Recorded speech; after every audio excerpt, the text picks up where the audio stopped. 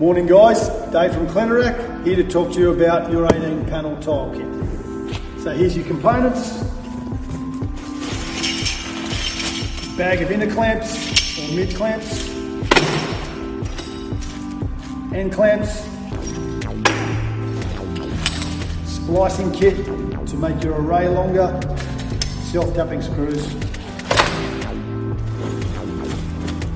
These are the screws that we use for our tile brackets, for purlings or trusses.